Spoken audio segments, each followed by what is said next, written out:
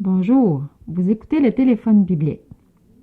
Beaucoup de personnes aujourd'hui vivent sur le bord du désespoir, et cela tout simplement parce qu'ils ne savent pas quoi croire, qui croire et que croire. Le mensonge est si répandu qu'il est périlleux pour quiconque accepte sans recherche toute information reçue. Il y a des siècles de cela, le roi David parlait de la Bible avec conviction. Il disait « Le fondement de ta parole est la vérité ». Psaume 119, verset 160.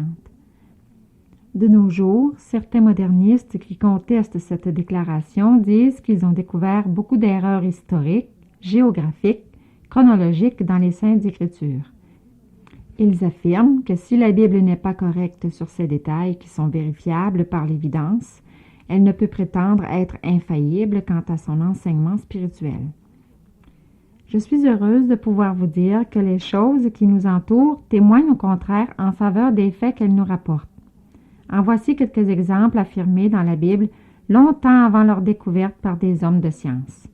Il est écrit dans le livre de Job, chapitre 26, verset 7. « Il suspend la terre sur le néant. » Le premier homme de science qui est arrivé à découvrir cette réalité fut Copernic en 1543. Il est aussi écrit dans Job, chapitre 28, verset 25, quand il régla le poids du vent et qu'il fixa la mesure des eaux. Ce fut Galilée qui a vécu en 1764 qui affirma le premier que l'air avait un poids.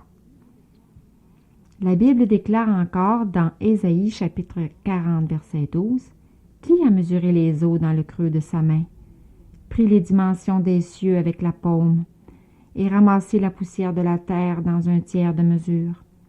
Qui a pesé les montagnes au crochet et les collines à la balance? » C'est dans cette dernière décennie que les savants ont trouvé le parfait équilibre entre les masses des terres et des océans qui recouvrent la surface de la terre. Mon ami, vous pouvez faire confiance à ce que la Bible dit. Elle est précise et certaine et digne de confiance. Pourquoi ne pas vous exclamer comme David dans le psaume 119, verset 140 « Ta parole est entièrement éprouvée, ton serviteur l'aime. » Mon ami, pourquoi ne faites-vous pas comme des milliers l'ont fait avant vous?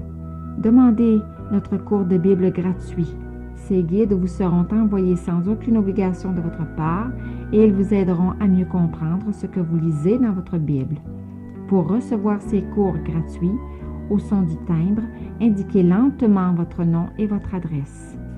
Ne manquez pas de nous rappeler demain pour écouter un autre message de cette série « D'où vient la Bible ?» Nous apprécierons également vos commentaires et vos suggestions. Nous vous rappelons que le téléphone biblique est une courtoisie de l'Église adventiste du 7e jour au Québec, un service dans votre communauté.